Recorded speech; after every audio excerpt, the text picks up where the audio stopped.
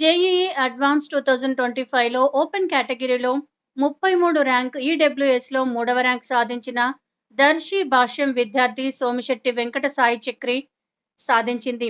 వివరాల్లోకి వెళితే ప్రకాశం జిల్లా దర్శి పట్టణంలో వెంకట సాయి చక్రి అభినందన ర్యాలీ జరిగింది. అనంతరం నగర డీఎస్పీ లక్ష్మీనారాయణ చేత విద్యార్థి అభినందన కార్యక్రమాన్ని నిర్వహించారు. ర్యాంకు సాధించిన విద్యార్థికి భాష్యం చైర్మన్ రామకృష్ణ అభినందించారు.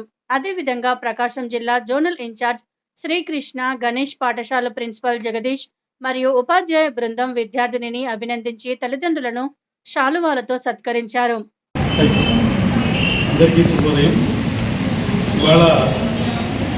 ఇటీవల విడుదల చేసినటువంటి జేఈ అడ్వాన్స్ ఫలితాల్లో అత్యుత్తమ ర్యాంకులు సాధించినటువంటి ప్రకాశం జిల్లా విద్యార్థులైనటువంటి మా భాష్యం స్టూడెంట్స్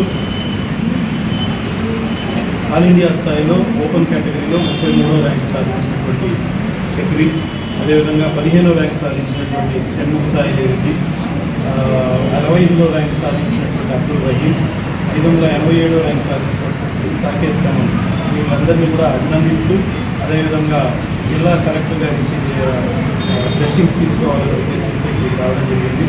ఈ అత్యుత్తమ ఫలితాలు సాధించినటువంటి మా భాషా విద్యార్థులందరికీ కూడా అభినందనలు తెలియజేసుకుంటున్నాం.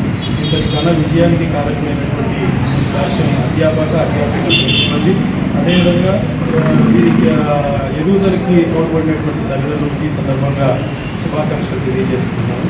Thank you very much.